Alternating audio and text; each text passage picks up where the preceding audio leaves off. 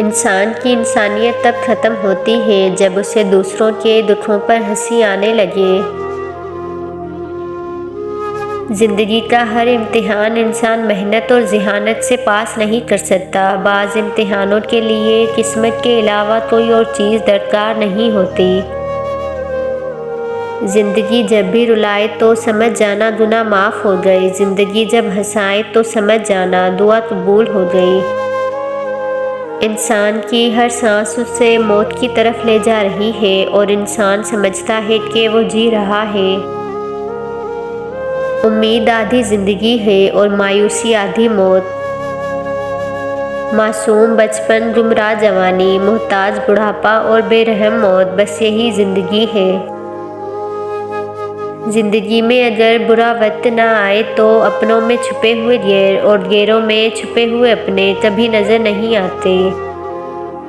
غرور کس بات کا جناب، آج زمین کے اوپر تو کل زمین کے نیچے۔ آپ اپنی زندگی سے بھلے ہی خوش نہ ہوں مگر کچھ لوگ ایسے ہیں جو آپ جیسی زندگی جینے کے لیے ترستے ہیں۔ زندگی اور موت میں فرق، زندگی سب کو دھوکہ دیتی ہے اور موت کسی کو دھوکہ نہیں دیتی، سب کو آتی ہے۔ غور کیا جب زندگی کے فلسفوں پر تو بات مٹی سے شروع ہو کر مٹی میں جا ملی۔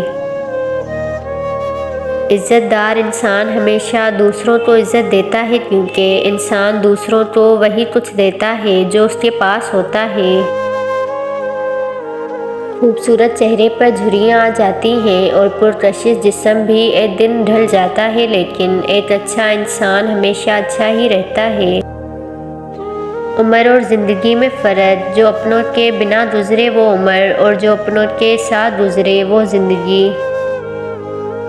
کتابیں پڑھنے سے زندگی کا فلسفہ سمجھ نہیں آتا، ہمیشہ حالات واقعات ہی آپ کو سکھاتے ہیں۔ سوچ اچھی ہونی چاہیے کیونکہ نظر کا علاج ممکن ہے، نظریے کا نہیں۔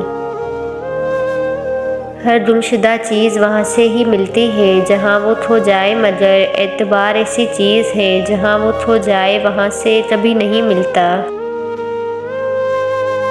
کوشش کریں کہ زندگی کا ہر لمحہ اپنی طرف سے سب کے ساتھ اچھے سے اچھا گزرے کیونکہ زندگی کا دیا بجھ جاتا ہے لیکن اچھی یادیں ہمیشہ زندہ رہتی ہیں۔ اپنی زندگی کے بدترین دور سے گزرتے وقت آپ آخرکار ان لوگوں کے اصلی چہروں کو پہچان لیتے ہیں جن کا یہ دعویٰ ہوتا ہے کہ وہ آپ کی پرواہ کرتے ہیں۔ ہماری زندگی میں عمر کے خاص حصے کے بعد ہمیں نئے دوست بنانا، نئی چیزیں زندگی میں شامل کرنا عجیب لگتا ہے، حالانکہ یہ قدرتی عمل ہے اور انسانی فطرت ہے۔